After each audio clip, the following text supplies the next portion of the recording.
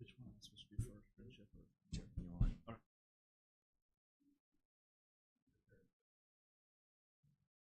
Well, to be honest, I was going to cut my hair before I came and I forgot.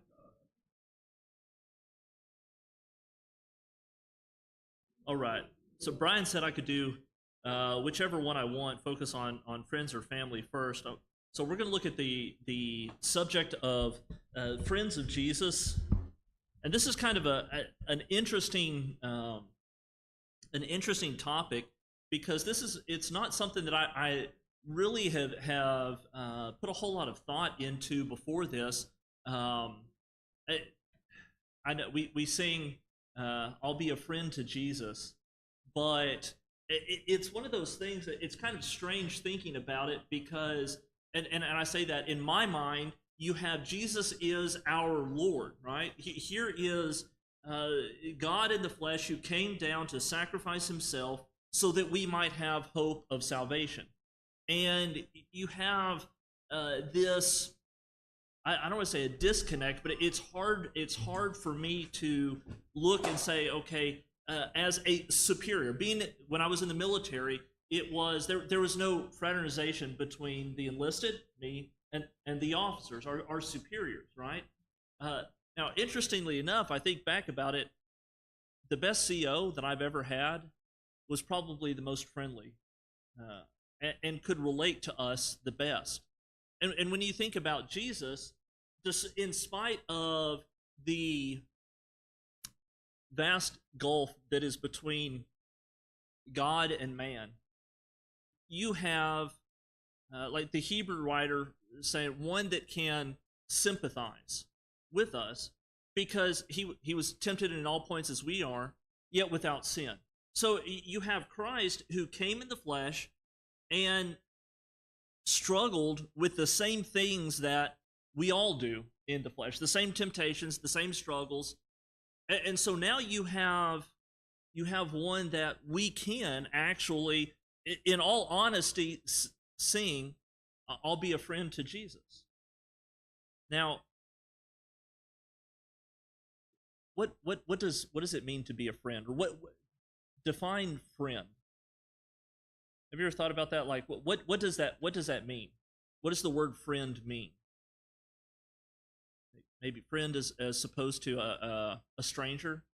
And I don't know if you've and I guess maybe our concept of friend is off a little bit because you have things like social media.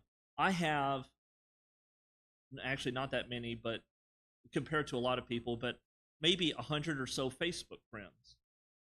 Now, most of the people that I are on my Facebook are people that I know or familiar with. Most of them are members of the church, but I don't really, I can't count all of them as my friend. A lot of them are acquaintances.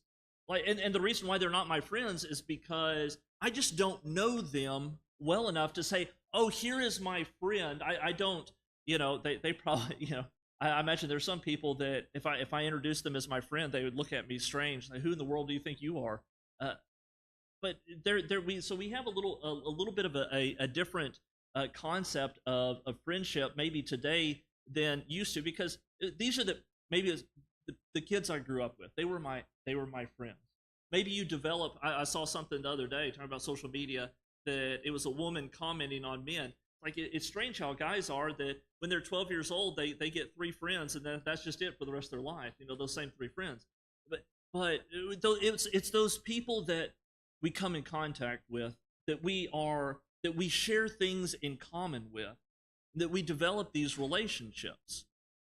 And really that is I would say the definition of friends. Somebody that you have shared experiences with, you are familiar with one another, you've interacted with one another, and there is a fondness that develops between you. When you look, and I'm not a Greek scholar by any means. I was going to blame my deficiencies on Greek with Brian because he teaches Greek, but he wasn't my Greek teacher, so I don't guess I can blame it on him.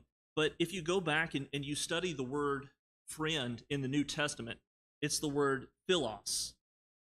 That you hear the same root of phileo, love, And we have many times you think of phileo, the first thing that comes to my mind is Philadelphia, right? The city of brotherly love, right? Because that's literally what Philadelphia means. We're told let brotherly love continue. Hebrews chapter 13. It's literally the word Philadelphia, and so you have this idea of there's a person that I'm fond of them. I have a certain type of love. Now, there are two main words in the New Testament that are used for love. Probably familiar with those. So you have phileo, and this is we think of this is kind of a friendship type love. Is how it's categorized many times or how it's defined. And then you have agape, and a lot of times people say, well, agape love that is Christian love. Well, it is, but I think it would be wrong to define agape as solely something in the realm of Christianity. And I think that limits it from how I see it in my study looking at it. It seems to me that phileo, there is a certain amount of experience that is needed to love somebody, phileo, right? That friendship, right? Because I can't say all of my Facebook friends are really my friends. They are acquaintances, or really sometimes they are acquaintances of acquaintances. They're not really friends. You need to have a certain amount of shared experience for someone to truly be your friend, and that's really what kind of phileo is. I love you because of who you are. Where agape, to be honest, I don't have to know you to love you agape. That is how we are to love all mankind, right? So I love agape is I love you because of who I am, right? So that's that God so loved the world, really, in spite of ourselves, right? That we're told that God's love was manifested in that He sent Christ to die for us. Well, have you ever thought, well, maybe your parents, one of your kids, I love you, but I really don't like you right now. You're being a little twerp, but I love. Okay, that's agape. I love you because of who I am, not because of how you are and how you're acting. To people that fall in and out of love. Well, that's kind of phileo to a certain extent. That is, well, you were this way, and I loved you because of who you are, but you're no longer that, right? To be honest, phileo and agape, that sometimes we say agape is the highest form of love, and maybe that is the case because God is love, right? And He exemplifies. We would not know love without God. We love Him because He first loved us. But phileo is not merely a lower form of love. Phileo is, like I said, we are to let brotherly love continue. It's something that we should have. To be honest, we should more than, well, I like you because of, because God's making me like you, making me love you, but I don't really like you. That's not what we should be as Christians, right? That honestly, it's like these people, the church, these are the people that I plan to spend all of eternity with. I hope we like each other. I hope we phileo each other. I hope we like each other because we have something in common. We share something in common that more than anything else in the world. Blood is thicker than water, right? It's not thicker than baptismal water. The blood of Christ is far thicker than my blood, right? And we share that in common, the blood of Christ. Whether my own physical brother or not is a Christian, I'm thankful that he is. But if he wasn't, I share something in common with you more than even, this guy that I spent the first, 15 years of my life, 16 years of my life with. Friendship. Jesus was a friend. The first thing I think we think about in friendship is the 12 apostles, right? And now we understand that not everyone, well, Judas, right? That's not the greatest kind of friend but we've probably all had friends like that to a certain extent, that at one point in time you were my friend, but now obviously that you don't desire to be my friend anymore. You've turned away from me. Maybe you've betrayed me. But at one point in time, you had these 12 men that you could say these were, at least at the beginning, friendly with Jesus. Why did they develop a friendship with Jesus, or why was Jesus friendly with them to begin with? In Matthew chapter 4, beginning verse 18, it says, Jesus walking by the Sea of Galilee saw two brothers, Simon called Peter and Andrew his brother, casting a net into the sea, for they were fishermen. And he said, follow me, and I will make you fishers of men. Immediately they left their nets and followed him. Going on from there, he saw two other brothers, James the son of Zebedee and John his brother, in a boat with Zebedee their father, mending their nets. He called them, and immediately they left their boat. They left the boat and their father, and they followed him. Now, growing up, I heard this, and well, this is just the magnetism of Jesus, right? That he was just, he had such a magnetic personality, or maybe just because he's the Son of God, he can go up to almost total strangers and call them to come follow him, and they did that. That's not what happened here, though. You see, sometimes you can get that impression that, well, he was just walking along the seashore and he sees these guys on the boat, and or they're out there, working at their trade, and he said, follow me, and they just, okay, just, because he's the Lord, even though I don't know that yet, I'll go and follow him. But you look in John chapter 1, if I can turn there, you see that that's not the case, that there is something, they already had a common bond that they shared between the two of them, Jesus and each one of the men that are going to become his apostles. John chapter 1, when you see John the Immerser, that he's already been preaching, he's already been preparing the way for Christ, and in doing so, he developed, or he gathered to him disciples, those that were trying to learn from him. And so you have in John chapter 1 the case when when John sees Jesus, and this is verse 35 of John chapter 1, and this is an amazing thing, and I love this. It says, again, the next day John stood with two of his disciples, and looking to Jesus as he walked, he said, behold the Lamb of God. That's just amazing. Here is John, this great man that was pointing the way for Jesus, and you look what happened. Verse 37, and two of the disciples heard him speak, and they followed Jesus. Well, who are these disciples? Verse 40, one of the two that heard John speak and followed him was Andrew, Simon Peter's brother. So you had these men that were already devoting themselves to God. They wanted to be better than what they were. They were following after John's message. What was John's message? Absolutely, repent. Kingdom of heaven is at hand. It's not necessarily a popular message, but here you have these men that's what they wanted to be better than what they were. So they already had something in common with Christ. And when John points out this is the one that message is coming from, they left immediately. They left their teacher and they followed after Christ. So there were these men that had that commonality with Christ, and ultimately, because Christ knew them, right? He knew their character.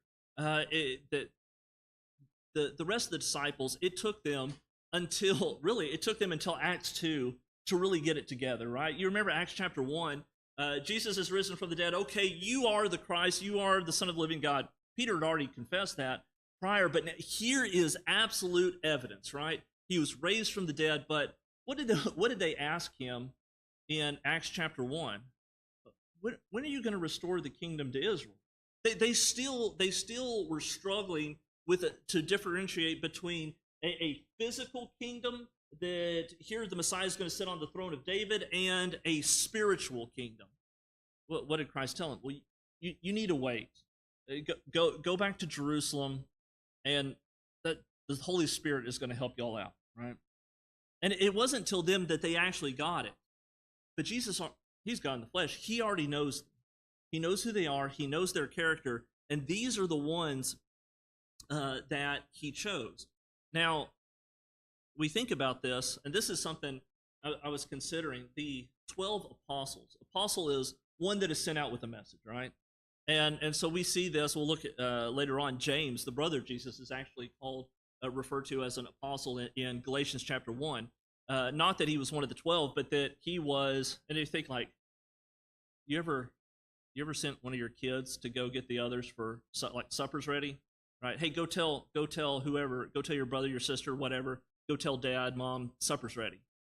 Well, you've turned them into an apostle, right? That they are one sent out with a message. So this is James. Of course, this was vastly more important. But you had these men. Who do you want to send with an important message? That I want you to go and tell people about my life. Who do you want to do that? Well, probably the first people we think, well, I want my friends, I want my family, I want people that actually like me, that actually love me, that actually care about me. If not, no telling what they're going to say. Proverbs chapter 13 and verse 17, a wicked messenger falls into trouble, but a faithful ambassador brings help. A faithful ambassador brings help. That's what we as Christians need to really consider. If I'm going to be a friend of Jesus, I need to be a faithful ambassador of him. That means I need to know who he is so that I can relay that to other people. Proverbs chapter 12 and verse 26, the righteous should choose his friends carefully, for the way of the wicked leads astray. It wasn't only the apostles that were Jesus' friends. He actually developed several. And I mentioned friendship before, where you have the word friend is a derivative of the root word for love, phileo, where you have in John especially, John characterizing Jesus' friends as those that he loved. Do you remember when Lazarus, Martha, in John chapter 4, had sent to Jesus saying that Lazarus was sick? She didn't actually say Lazarus was sick. The one whom you love is sick. Right? What is that? This, your friend. This is your good friend. John characterizes himself as the disciple whom Jesus loved. I was this close friend of Jesus. I had a great, and here, I can't think of a higher compliment thinking from the Lord. If phileo is, I love you because of who you are, and John could say of himself, Jesus loved me because of who I was. And Abraham in James says that he was a friend of God. That's an amazing thing to think about. Now, a lot of times as Christians, we think, well, I obviously don't deserve God's love. It's only through, like Paul said in 1 Corinthians chapter 15, it's by the grace of God I am who I am. I am only here right now because of God's grace. This opportunity that he has given me, I haven't earned it. I don't deserve it. It's only because of his grace, his mercy, his love for me. But, so we think about that agape, that love because of who God is.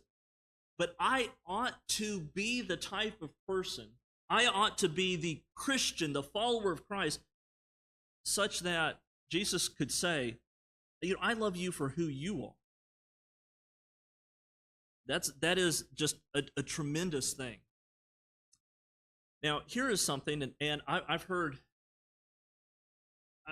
Christians struggling with this because there will be a group, maybe within the church, and not a clique, but it's like these are the people that, even though we are all Christians, and we love each other, and hopefully we like each other, but you know what? These are the people that I really like to be with. Maybe these are the people that grew up with me. Maybe they grew up in the church here with me. Maybe they are around my age. Maybe we just have the same background or the same interests. And yes, I love my church family, but this is the group that I really, if I'm going to go to somebody for help, this is the person, or these are the people that I am going to go to. Jesus had that. Matthew chapter 17 in verse 1, Jesus, when he went up to the Mount of Transfiguration, who was it that Jesus took with him? Peter, James, and John. Right. Here is the inner circle, right? These are the close friends of Jesus. When Jesus was in the garden, he took the 12, the 11, into the garden with him and said, you stay here and pray. And then he took Peter, James, and John.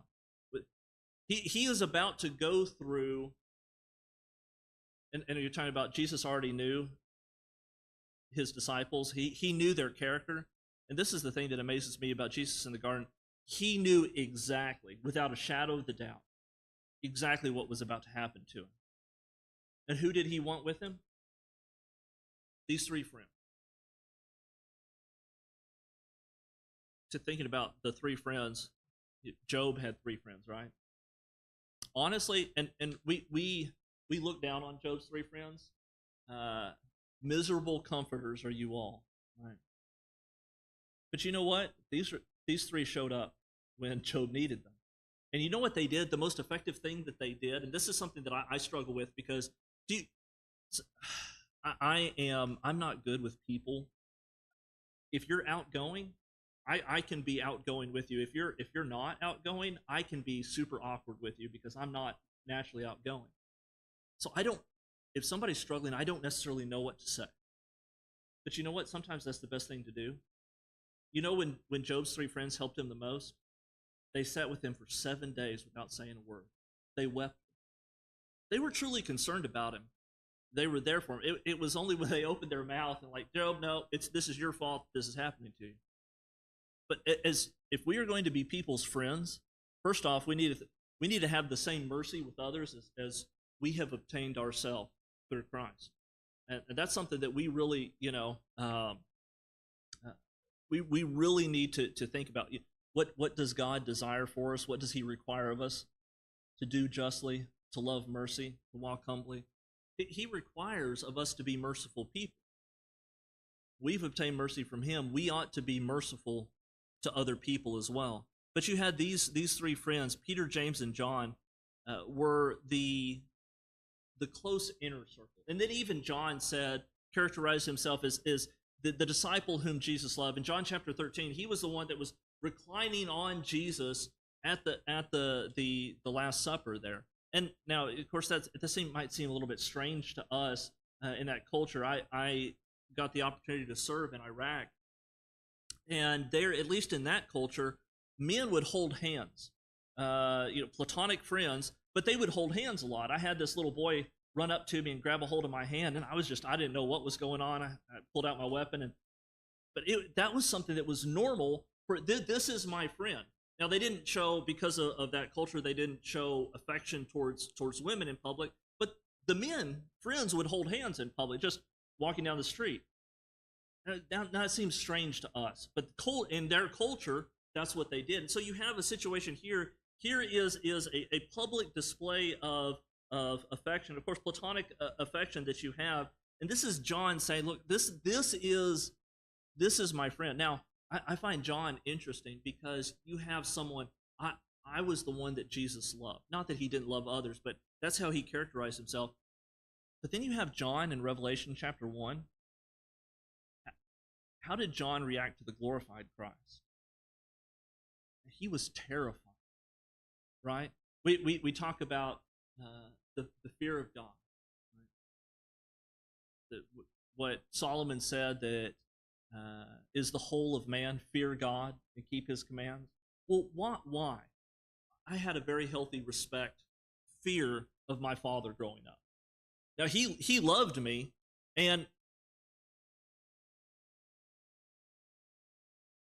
I couldn't even say that, talking about beating on kids, I got whooped a good bit, but he never gave me reason to think that I was gonna be beaten, right, abused. But I had a very, very healthy respect for him. But now here's John. This is my friend. But he sees the glorified Christ. But when you see deity and his reaction, he's terrified, right? Now, and this is why I said at the beginning, I struggle sometimes to think about friendship with Christ because he is God. But this is an opportunity that we have. And that's and for us to this is something that we really should stop and think about as far as being we saying I'll be a friend to Jesus. Well, that's something that it's mind blowing that's something that we can even consider. Okay, but what does that mean to be a friend? When you think about friendship with Jesus, over and over and over, it's, well, I love you because of who you are. Obviously for us, we should phileo the Lord. I mean, that no greater love has man that he lays down his life for, right? Okay, that's exactly what Christ did. In spite of who we were, while we were yet sinners, Christ died for us. When we were in active rebellion against him, Christ still died for us.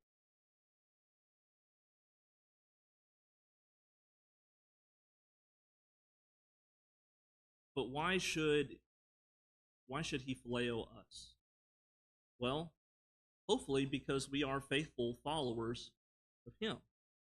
You think about, what do friends do? And I already mentioned Job's friends. And Job called them miserable comforters. But that's probably, I would say, the number one thing when I think of friendship. Now, we think maybe these are people that I enjoy being with. I enjoy being around them, associating with. Maybe if I want to go somewhere, these are the people that I want to go with. But really, friendship, that when it gets down to it, these are the people when I am in need, these are the people that I call, right? That these are the people that I need to encourage me, to comfort me, and maybe what I need to do for them. Is that a bell or buzzer? 5 minutes. All right. That's not too bad. But that's what we want, right? Or that's what we want from our friends. I want to be comforted. I want to be encouraged, because there ain't no one of us can say that I can do it all on my own. We know we need the Lord, but you know what? We as Christians ought to be the hand of the Lord. But I need comfort. Well, we're told God is the God of all comfort. And sometimes I can be the one, or I ought to be the one to go, that God sends to go comfort. Proverbs 27 verse 9, ointment and perfume delight the heart, and the sweetness of a man's friends gives delight by hearty counsel. Well, that might have been the 5-minute warning, but I think my time is up. But you know what? Hey, I've got another class, so we'll finish off there a little bit, and then I'll pick up with the friends, because they coincide. But appreciate your time, however short it might have been. It was short to me, at least.